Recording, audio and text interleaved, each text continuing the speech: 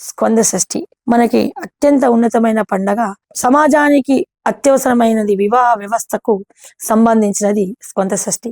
స్కంద షష్ఠి వ్రతాన్ని చక్కగా నిర్వహించిన వాళ్ళు, స్కంద షష్ఠి వ్రతాన్ని పట్టిన వాళ్ళు కుమారస్వామిని మనస్ఫూర్తిగా సేవించి, వినాయక చవితి లాగా ఎలాగో 6 రోజులు స్కందుణ్ణి మనం పూజించి, స్కంద షష్ఠి రోజు తేలికైన ఆహార పదార్థాలు, స్వామికి నచ్చిన ఆహార పదార్థాలు, పాలు, బెల్లము, అటుకులు లాంటివన్నీ కూడా చలిమిడి నివేదించి స్కందుని యొక్క కృపకు పాత్రులైతే అనేకమైన నాగదోషాలు, కుజదోషాలు నివారించబడి వివాహం కాని వాళ్ళకు తొందరగా వివాహం అవుతుంది.